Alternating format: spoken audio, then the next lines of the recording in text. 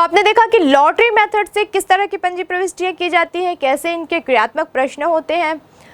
अगला एक जो मेथड है जिसके बारे में हमने जाना था वो है खुले बाजार में कंपनी द्वारा स्वयं ऋण पत्रों को क्रय कर लेना। कई बार ऐसी स्थिति आती है जब कंपनी अपने ऋण पत्रों को खुले बाजार में स्वयं क्रय कर लेती है। जनरली ऐसा तब होता है जबकि उन ऋण पत्रों का अंकित मूल्य उनकी वैल्यू जो होती है वो उनके अंकित मूल्य से कम होती है, तो कंपनी स्वयं ही उन ऋण पत्रों को क्रय कर लेती है। देखा जाए तो एक ऐसी स्थिति बनती है कि कंपनी ने स्वयं क्रय कर लिया, यानी अब उसका कोई ऋणी तो है नहीं, कोई लेनदार तो है नहीं, ऋण का भुगतान तो उसको करना नहीं है, तो ऑटोमेटिक ही मान लिया जाता है कि उन ऋण पत्रों का शोधन हो गया है। ऐसी कंडीशन में एक दशा और बनती है जबकि इनडायरेक्टली शोधन मान लिया जाता है तो तत्काल उन ऋण पत्रों को रद्द भी कर दिया जाता है। अब ये जो दशाएं हैं जब इन ऋण पत्रों को रद्द कर दिया जाता है या फिर उनको निवेश के रूप में रखा जाता है फर्म में, इस कंडीशन में आइए देखते हैं कि कौन कौन सी पंजी प्रविष्टियां की जाती हैं। ऋण पत्रों का खुले बाजार में क्रय द्वारा शोधन या प्रतिदान करने पर जो जनरल प्रविष्टि की जाएंगी वो इस प्रकार होंगी। पहली कंडीशन, जबकि खुले बाजार में ऋण पत्र तत्काल रद्द करने के लिए खरीदे जाते हैं, यहां प्रविष्टि की जाएगी तत्काल रद्द करने हेतु अपने ही ऋण पत्रों के क्रय करने पर debenture account debit to bank account to profit on redemption of debenture account. यहाँ हम अमाउंट किस प्रकार से लिखेंगे, तो सबसे पहले डिबेंचर अकाउंट के डेबिट में जो अंकित मूल्य है, फेस वैल्यू जो है डिबेंचर्स की, उसको हम लिखेंगे, और बैंक अकाउंट के क्रेडिट साइड में वो परचेस प्राइस हम लिखेंगे जिसमें हमने डिबेंचर खरीदे थे, और to profit on redemption of debenture account के क्रेडिट साइड में जो भी हमको रिडम्पशन पे प्रॉफिट हुआ है, वो डिफरेंस की जो अमाउंट है, प्रॉफिट की जो अमाउंट है, उसको हम इसमें लिखेंगे।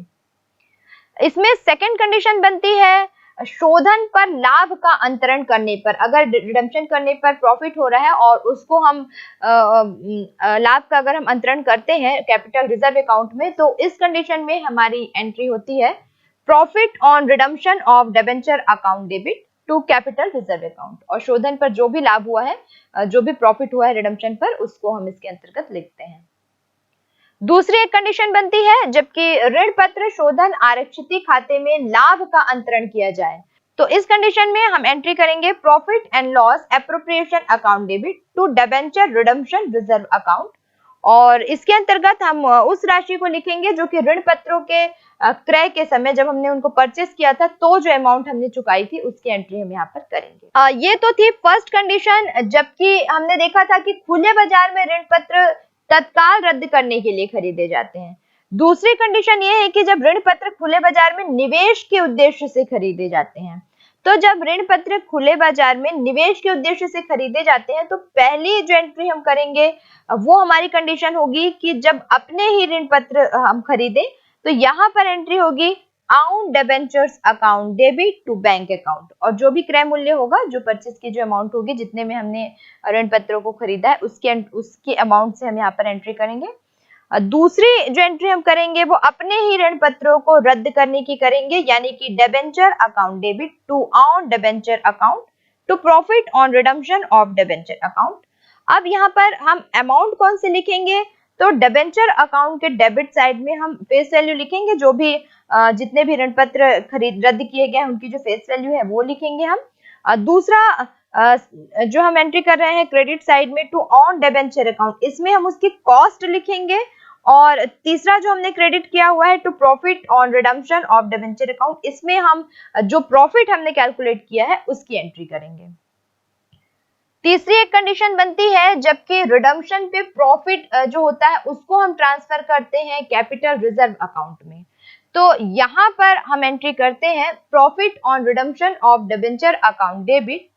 टू कैपिटल रिजर्व अकाउंट, और अमाउंट इसमें हम वही लिखेंगे जो कि शोधन पर लाभ करने से होता है।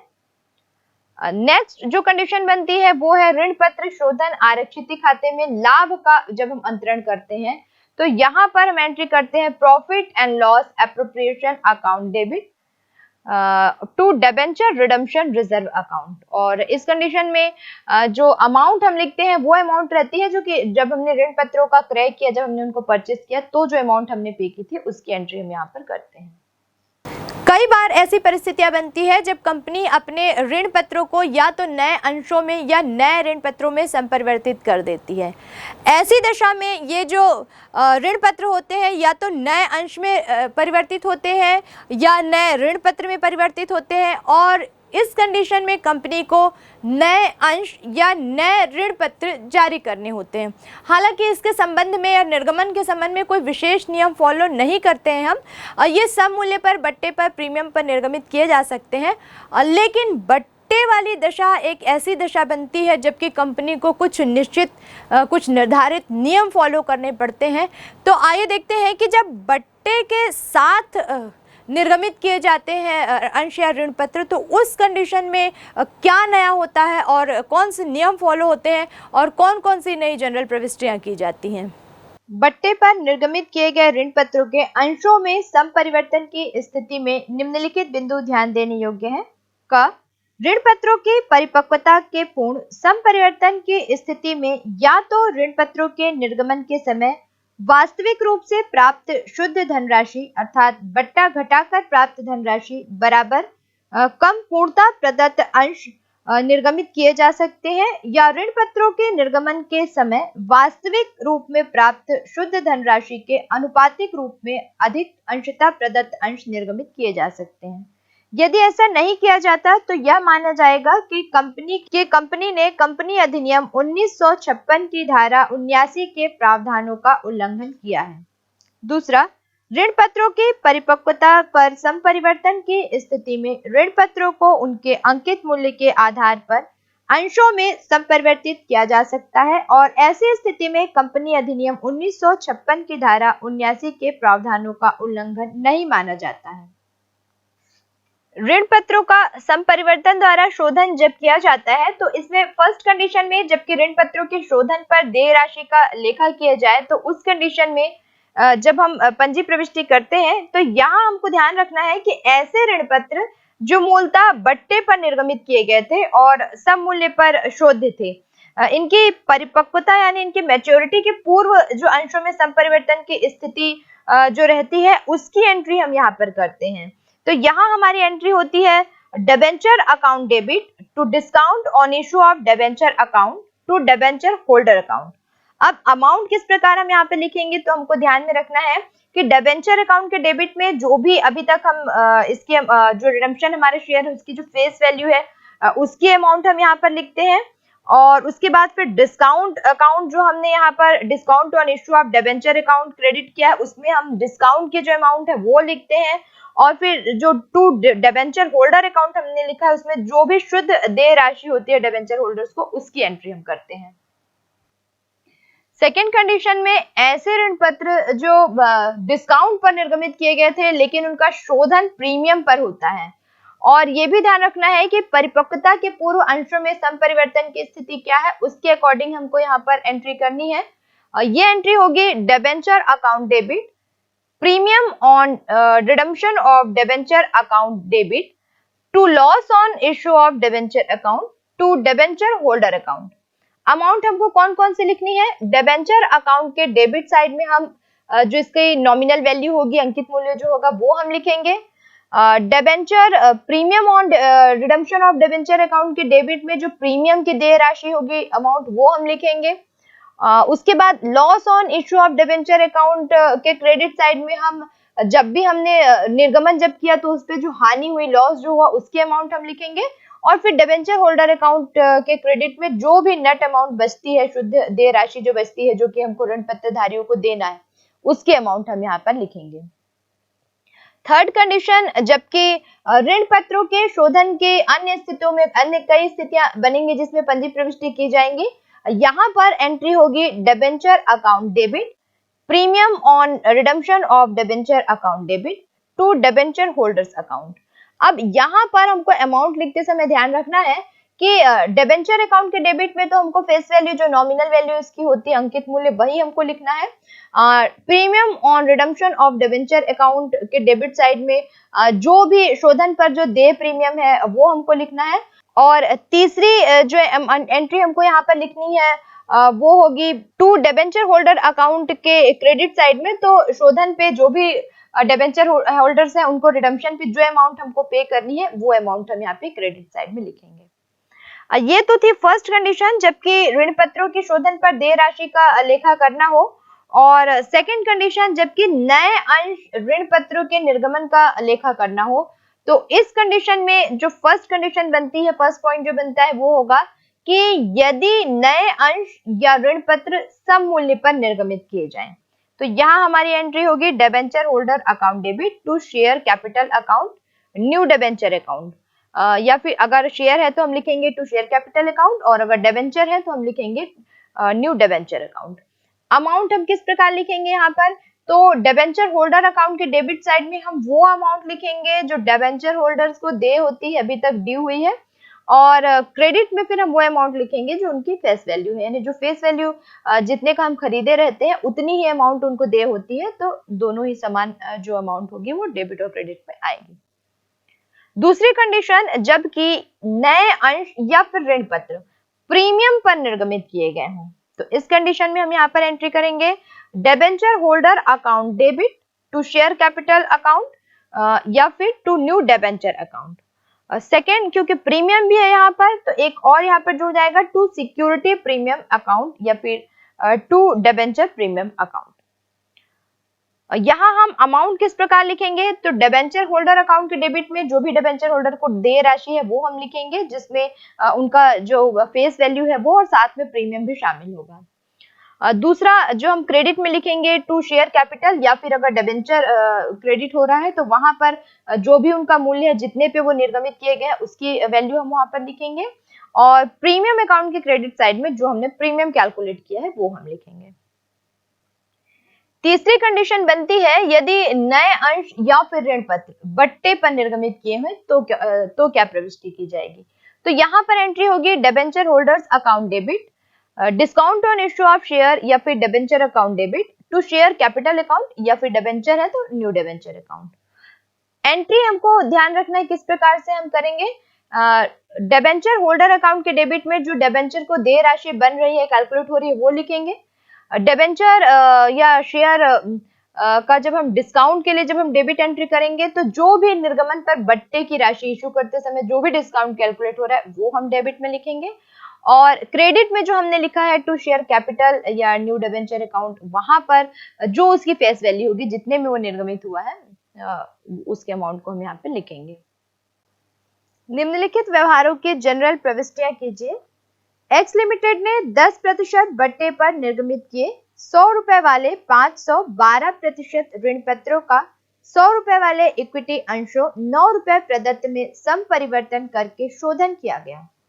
दूसरा, वाई लिमिटेड ने 10% बट्टे पर निर्गमित किए गए 100 रुपए वाले 750 12% ऋण पत्रों का 100 रुपए वाले इक्विटी अंशों पूर्ण प्रदत्त में सम परिवर्तन करके शोधन किया गया। तीसरा, जेड लिमिटेड 10% बट्टे पर निर्गमित किए गए 100 रुपए वाले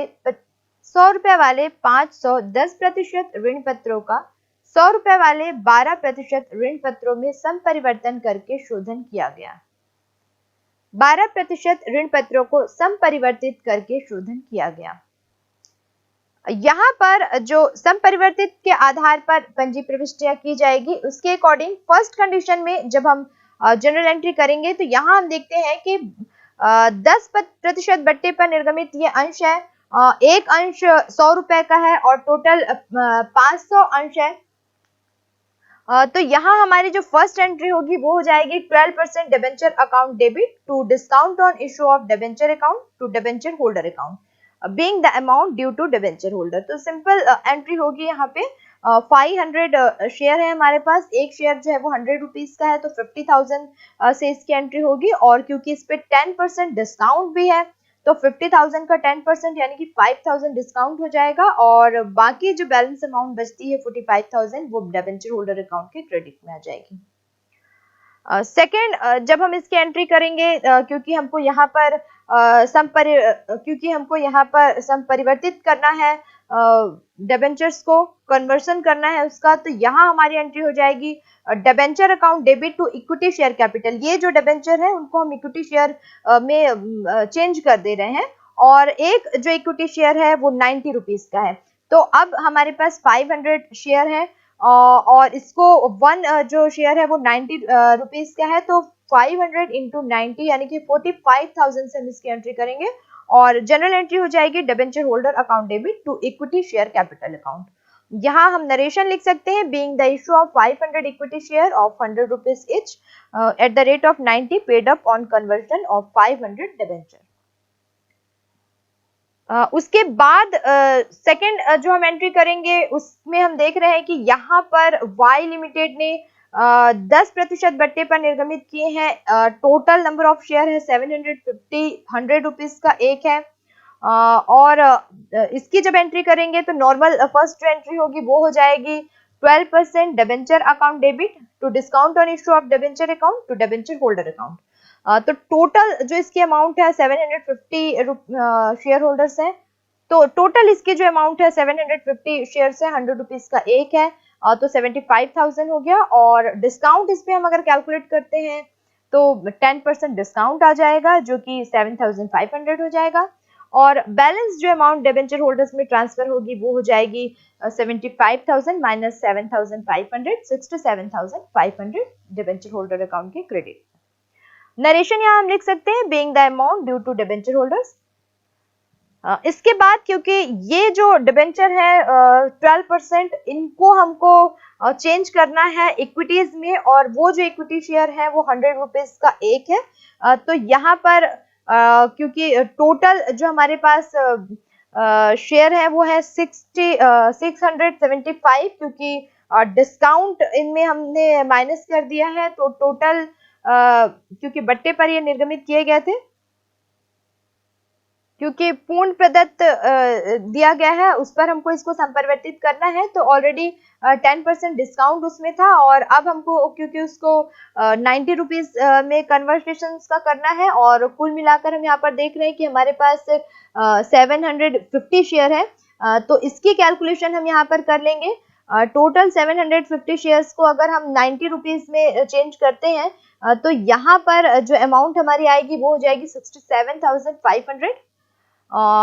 एंट्री यहाँ पर होगी debenture holder account debit to equity share capital account. Third condition में जबकि जेड लिमिटेड 10% बट्टे पर अपने ऋण पत्रों को निर्गमित करता है, 100 रुपीज का एक डिबेंचर है, 500 डिबेंचर है और 10% ऋण पत्रों का 100 रुपए वाले 12% ऋण पत्रों में वो संपरिवर्तित करके उनका शोधन करता है। तो यहाँ पर स्पष्ट रूप से बता दिया गया है कि हालांकि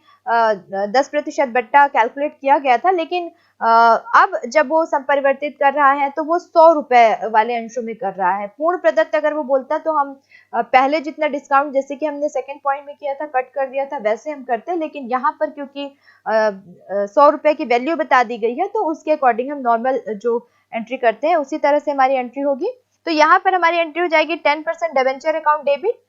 to discount on issue of debenture account और टू डिबेंचर होल्डर अकाउंट। और अमाउंट यहाँ पर हम देख रहे हैं कि 10% डिस्काउंट पे निर्गमित किए गए हैं। टोटल जो अमाउंट है वो है 500 इंटू 100 यानी कि 50,000। तो 12% डिबेंचर होल्डर अकाउंट के डेबिट में आ जाएगा 50,000। डिस्काउंट हमने यहाँ पे कैलकुलेट किया है कि 50,000 पे 10% डिस्काउंट है तो 5,000 डिस्काउंट के अमाउंट हम लिख देंगे डिस्काउंट अकाउंट के क्रेडिट साइड में और बैलेंस जो 45,000 आता है उसको हम डाल देंगे डिबेंचर होल्डर अकाउंट के क्रेडिट में। नेक्स्ट जबकि इनको संपरिवर्तित करना है हमको 12% डिबेंचर में और 100 रुपीज का एक रहेगा तो इसके लिए हमारी एंट्री हो जाएगी debenture holder account debit 12% debenture account. और यहाँ पर क्योंकि 500 शेयर है और एक शेयर 100 रुपीज में ही संपरिवर्तित करना है तो 50,000 से हम इसकी एंट्री करेंगे। एक्स लिमिटेड ने लॉटरी द्वारा निकाल करके 100 रुपए वाले 212% ऋण पत्रों का शोधन पूंजी में से 31 दिसंबर 2001 को किया। जनरल प्रविष्टियां दीजिए। यहाँ पर क्योंकि हमने देखा था कि लॉटरी विधि से हमने शोधन किया है और इस कंडीशन में हमारी जो एंट्री होगी वो फर्स्ट एंट्री हो जाएगी 12% debenture account debit to debenture holder account being the amount due to debenture holders. तो 20,000 की अमाउंट बनती है क्योंकि 200 शेयर है, 100 रुपीज का एक है, 20,000 की अमाउंट बनती है और नॉर्मल जो एंट्री डिबेंचर होल्डर्स को पे करने के लिए जो एंट्री होती है वो हो जाएगी debenture holder account debit to bank account being the payment made to debenture holder 20,000 से। LCM कंपनी लिमिटेड ने अपने 500 रुपए प्रत्येक के 10,000 9% ऋण पत्रों को 400 रुपए प्रत्येक निरसन रद्द करने के लिए खरीदे। आवश्यक रोजनामचा प्रविष्टियां दीजिए। यहाँ पर अगर कोई डिबेंचर रद्द करने के लिए खरीदा जाता है तो किस प्रकार की जनरल एंट्री हम करते हैं, आइए देखते हैं। यहाँ हमारी फर्स्ट जनरल एंट्री होगी debenture account debit to bank account to profit on redemption of debenture account being purchase of its own debenture at the rate of rupees 480 each। और यहाँ हम देख रहे हैं कि डिबेंचर जो है 10 लाख है और एक डिबेंचर जो है 500 का है, तो यहाँ पर 50 करोड़ रुपीस हम इसकी अमाउंट डेबिट साइड में लिखेंगे। और क्योंकि 480 पर रद्द करने के लिए खरीदे गए हैं तो टू बैंक यानी बैंक अकाउंट के क्रेडिट में चले जाएगा ये 48 करोड़। और profit on redemption of debenture अगर देखते हैं तो इनका डिफरेंस आता है 2 करोड़। तो इसकी हम एंट्री यहाँ पर करेंगे और उसके बाद जो रिडम्पशन पे जो प्रॉफिट है उसको हम कैपिटल रिजर्व अकाउंट में ट्रांसफर कर देते हैं। तो यहाँ हमारी जनरल एंट्री हो जाएगी profit on redemption of on debenture account debit to capital reserve account being transfer of profit on cancellation on debenture transfer to capital reserve account 2 crore से हम इसकी एंट्री कर देंगे। और ये जो प्रॉफिट एंड लॉस 50 करोड़ का जो डिबेंचर है उसकी जो बैलेंस अमाउंट है उसको क्योंकि यहाँ पर रिडम्पशन भी हमको करना पड़ेगा रद्द करने के लिए, तो यहाँ हम एंट्री करेंगे profit and loss appropriation account debit to debenture redemption reserve account being transfer of profit to debenture redemption reserve account 50 crore से हम इसकी एंट्री यहाँ पर कर देंगे। निम्नलिखित प्रत्येक मामले में ऋण पत्र के शोधन के समय पर आवश्यक रोजनामचा प्रविष्टियां दीजिए। पहला, एक्स लिमिटेड ने 100 रुपए प्रत्येक के 5,000 9% ऋण पत्र सम मूल्य पर जारी किए तथा 5 वर्ष की समाप्ति पर पूंजी से सम मूल्य शोधनीय है। दूसरा, एक्स लिमिटेड ने 100 रुपए के प्रत्येक 1,012% ऋण पत्र सम मूल्य पर जारी किए। ये ऋण पत्र 4 वर्ष के अंत में 10% प्रीमियम पर शोधनीय है। तीसरा, एक्स लिमिटेड ने 1 लाख रुपए के अंकित मूल्य के 12% ऋण पत्र 5% प्रीमियम के साथ जारी किए जो 4 वर्ष के पश्चात प्रीमियम पर शोधनीय है। चौथा, एक्स लिमिटेड ने 1 लाख रुपए के 12% ऋण पत्रों को 5% कट्टे के साथ निर्गमित किए जो 5% के वर्ष में जो 5% थे, वर्ष के अंत में 5% प्रीमियम पर शोधनीय है। इस प्रश्न में 4 अलग अलग परिस्थितियां दी गई हैं जिसके अकॉर्डिंग हमको जनरल एंट्री करनी है। फर्स्ट कंडीशन में जबकि एक्स लिमिटेड के पास 100 रुपए का डिबेंचर है, टोटल नंबर ऑफ डिबेंचर 5,000 है और यहाँ पर हमको 5 वर्ष की समाप्ति पर जो शोधन हुआ है उसमें सम मूल्य पे हुआ है, एट पार हुआ है, तो यहाँ पर हम जनरल एंट्री करेंगे फर्स्ट कंडीशन में। तो फर्स्ट कंडीशन में हम एंट्री करेंगे 9% debenture account debit to debenture holders account, क्योंकि यहाँ पर हमको केवल रिडम्पशन की एंट्री करनी है तो केवल रिडम्पशन की एंट्री हम कर रहे हैं। और नरेशन यहाँ हम लिखेंगे for debenture redemption amount due, और कितनी अमाउंट ड्यू होगी क्योंकि 5,000 शेयर्स थे और एक शेयर जो है वो 100 रुपीज का है, तो टोटल 5 लाख का की अमाउंट यहाँ पर ड्यू होगी डिबेंचर होल्डर्स के लिए। और दूसरा, जब हम इनको ये 5,000 पे करेंगे क्योंकि एट पार है, सम मूल्य पर है, तो किसी प्रकार का कोई प्रीमियम या डिस्काउंट की एंट्री यहाँ पर हमको करनी नहीं है, तो सिंपल हमारी पेमेंट की एंट्री हो जाएगी debenture holder account debit to bank account for payment made to debenture holder 5 lakh. Second condition में जबकि एक्स लिमिटेड ने 100 रुपए के प्रत्येक 1,000 ऋण पत्र निर्गमित किए, यहाँ पर दिया गया है कि ये जो ऋण पत्र है ये 4 वर्ष के अंत में 10% प्रीमियम पर शोधनीय है। तो यहाँ पर क्योंकि 10% प्रीमियम है और रिडम्पशन के टाइम, तो प्रीमियम को हम यहाँ पर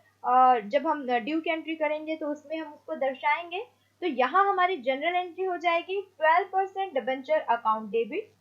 premium on debenture redemption account debit to debenture holder account. Total जो 12% डिबेंचर अकाउंट के डेबिट में आएगा वो आएगा 1000 इंटू 100 यानी कि 1 लाख। प्रीमियम जो कैलकुलेट करेंगे वो हम इस 1 लाख पे 10% कैलकुलेट करेंगे 10,000, और टोटल जो अमाउंट डिबेंचर होल्डर्स के क्रेडिट में आएगी वो हो जाएगी 1,10,000, और नरेशन यहाँ हम लिखेंगे for debenture redemption money due. अब जबकि ये ड्यू अमाउंट हम पे करेंगे डिबेंचर होल्डर्स को, तो यहाँ हमारी जनरल एंट्री हो जाएगी debenture holder account debit to bank account for payment made to debenture holder 1,10,000 with premium हम यहाँ पर पे कर देंगे। थर्ड कंडीशन में जबकि जो डिबेंचर है उसका अंकित मूल्य बता दिया गया है 1 लाख है, और इसको हमको 5%, और ये जब हमने निर्गमित किया था तो भी इस पे 5% प्रीमियम था, और अब 4 वर्ष के बाद इसका रिडम्पशन किया जाना है। तो यहाँ हमारी फर्स्ट जो एंट्री हो जाएगी ड्यू की वो हो जाएगी 12% debenture account debit to debenture holder account 1 lakh से ही, क्योंकि अंकित मूल्य पे थे ये शेयर्स, तो ये हो जाएगा 1 लाख। और जब डिबेंचर होल्डर्स को हम पे करेंगे तो भी नॉर्मल ही एंट्री होगी, क्योंकि शोधन में प्रीमियम है इस तरह की कोई एंट्री जानकारी यहाँ पर नहीं दी गई है, तो हम ये मान लेंगे कि एट पार यानी सममूल्य पे ही शोधन हुआ है। तो यहाँ हमारी जनरल एंट्री हो जाएगी debenture holder account debit to bank 1 lakh से for payment made to debenture holder. यहाँ पर क्योंकि 5% प्रीमियम दिया है तो कंफ्यूज होने की जरूरत नहीं है, वो जो 5% प्रीमियम है वो निर्गमन के समय का है, लेकिन क्योंकि प्रश्न में हमको निर्गमन के समय की कोई प्रविष्टि नहीं करनी है तो फिलहाल यहाँ पर हम 5% को इग्नोर करेंगे। फोर्थ जो एंट्री है वहां पर, फोर्थ जो कंडीशन है वहां पर 1 लाख का डिबेंचर है, 5% डिस्काउंट पे वो इशू किया गया है, और रिडम्पशन जो था वो 5% प्रीमियम पे है। तो फिलहाल यहाँ पर हमको इशू की तो कोई एंट्री करनी नहीं है, रिडम्पशन की एंट्री करनी है और उस पर प्रीमियम है। तो ड्यू करते समय हम यहाँ पे ध्यान रखेंगे एंट्री जो होगी हमारी वो हो जाएगी 12% debenture account debit premium on debenture redemption account debit to debenture holder account. Debenture जो 1 लाख के हैं तो 1 लाख से डेबिट करेंगे हम इसको, 1 लाख पे 5% हम प्रीमियम कैलकुलेट करेंगे, उसको हम प्रीमियम 5,000 से डेबिट करेंगे, और फिर डिबेंचर होल्डर अकाउंट के क्रेडिट साइड में हम 1,05,000 लिखेंगे, और जब हम इनको पे करेंगे अमाउंट तो हम एंट्री करेंगे debenture holder account debit to bank account 1,05,000। तो आपने देखा कि किस प्रकार बट्टे की कंडीशन में कुछ नियम परिवर्तित हो जाते हैं। चौथी कंडीशन आपने देखी जिसमें हम ऋण पत्रों को नए अंश पत्र या नए ऋण पत्रों में परिवर्तित कर देते हैं। कुल मिलाकर इस पूरे अध्याय में हमने देखा कि किस प्रकार ऋण पत्रों के निर्गमन के बाद जब उनके शोधन की दशाएं बनती है, उनके भुगतान की दशाएं बनती है, तो कंपनी के पास कितने सारे ऑप्शन होते हैं, कितने सारे तरह से कितनी सारी विधियों का प्रयोग करके वो अपने ऋण पत्रधारियों को उनकी जो हिस्से की राशि, उनकी जो ऋण की दी हुई राशि है, उनका वो भुगतान कर सकती है।